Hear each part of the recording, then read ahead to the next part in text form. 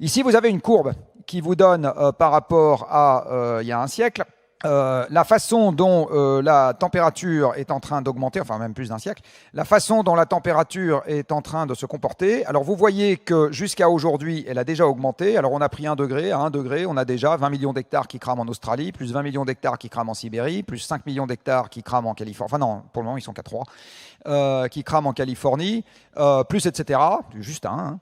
Et ce que vous voyez sur ce graphique, c'est qu'en fonction des émissions que nous aurons plus tard, que je vous détaille pas parce que ce n'est pas le sujet, ce que vous voyez surtout, c'est que les 20 prochaines années sont indifférenciées, quel que soit le scénario que nous suivons en termes d'émissions, la trajectoire de température est exactement la même. Ça, c'est la conséquence de la durée de vie du CO2 dans l'atmosphère.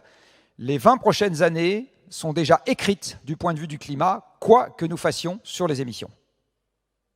Quoi que nous fassions.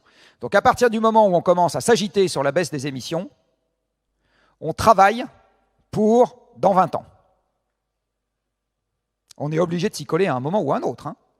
Mais il y a 20 ans de décalage entre le moment où on commence à prendre le médicament et le moment où ça commence à avoir un effet sur la maladie.